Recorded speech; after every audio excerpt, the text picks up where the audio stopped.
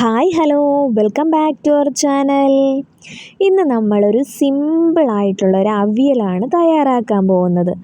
നമ്മുടെ വീട്ടുമുറ്റത്ത് എപ്പോഴും കാണുന്ന കുറച്ച് മാത്രം പച്ചക്കറികൾ വെച്ചുകൊണ്ടൊരു സിമ്പിളായിട്ടുള്ള ഒരു തട്ടിക്കൂട്ട് അവിയലാണ് നമ്മൾ ഇന്ന് ഉണ്ടാക്കാനായിട്ട് പോകുന്നത്. അപ്പോൾ അതിനായിട്ട് നമ്മളിവിടെ പപ്പരങ്ങ എടുത്തിട്ടുണ്ട്, താളെടുത്തിട്ടുണ്ട്, ചേമ്പും വിത്തും എടുത്തിട്ടുണ്ട്. ഇനി അതൊക്കെ ഒന്ന് നന്നായിട്ട് വൃത്തിയാക്കി നമ്മൾ എടുക്കുന്നുണ്ട്.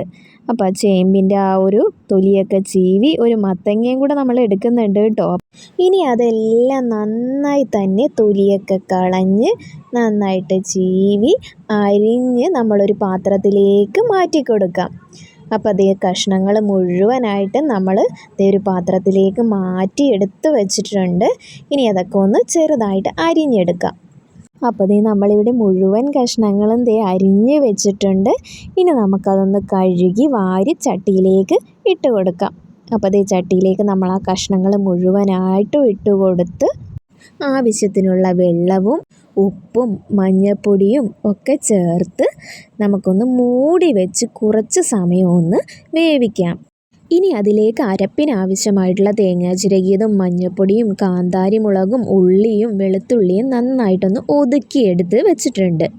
ഇനി നമ്മുടെ മൂടി ഒന്ന് തുറന്ന് നമ്മുടെ ആ ഒരു കഷ്ണങ്ങളൊക്കെ ഒന്ന് വെന്തോന്ന് നോക്കാം. അപ്പോൾ ഒരു കുറച്ച് സമയവും കൂടി വെച്ചാലേ നമ്മുടെ കഷ്ണങ്ങളൊക്കെ ഒന്ന് വെന്ത് കിട്ടുകയുള്ളൂ. അപ്പോൾ കുറച്ച് സമയം ഒന്ന് വെച്ച് കഴിഞ്ഞപ്പോൾ നമ്മുടെ കഷ്ണങ്ങളൊക്കെ നന്നായിട്ട് വെന്തുടഞ്ഞിട്ടുണ്ട്. ഇനി നമുക്കതിലേക്ക് ആ അരപ്പൊന്ന് ചേർത്ത് ഒന്ന് യോജിപ്പിച്ച് കൊടുക്കാം. അപ്പോൾ നമ്മുടെ കഷ്ണങ്ങളിലേക്ക് ആ അരപ്പൊക്കെ ഒന്ന് യോജിപ്പിച്ച് കൊടുത്തിട്ടുണ്ട്. ഇനി നമുക്ക് ആ വെള്ളം ഒന്ന് വറ്റിയ ശേഷം നമുക്ക് ആവശ്യത്തിന് ഉപ്പുണ്ടോ എന്ന് നോക്കി ഉപ്പും ചേർക്കണം.